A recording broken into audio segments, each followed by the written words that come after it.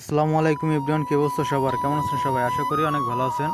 তো আজকের ব্লগটা হচ্ছে আমার ভাই ব্রাদার যারা আছে সবাই মিলে একসাথে ঘুরতে যাচ্ছি মুক্তারহাট মেলায়। তো মেলায় যাওয়ার পথে কী কী ঘটলো আমাদের সাথে এবং কী কী মেলায় দেখলাম পুরোটা শেয়ার করবো আজকের এই ভিডিওতে।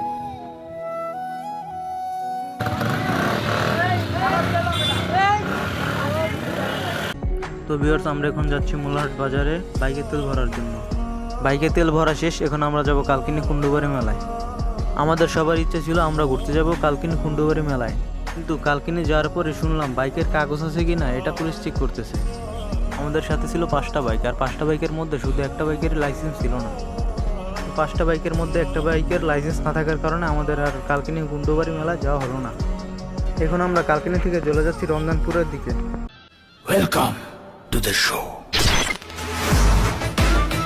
তো দেখতেই পাচ্ছেন চলে এলাম রমজানপুর। এখানে সবাই যে যার মতো ছবি তুলছে, ভিডিও বানাচ্ছে, সবাই ঘুরতেছে ফিরতেছে।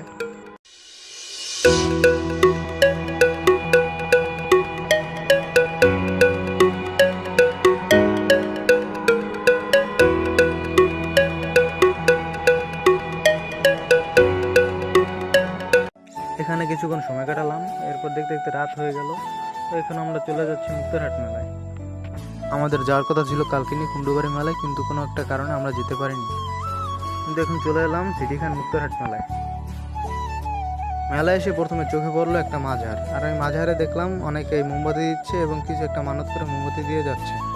তো মেলায় কিছুক্ষণ ঘোরাঘুরি করলাম, এরপর আমরা বাসায় চলে যাচ্ছি। আজকের ভিডিওটা এই পর্যন্তই। সবাই ভালো থাকবেন, আল্লাহ হাফেজ।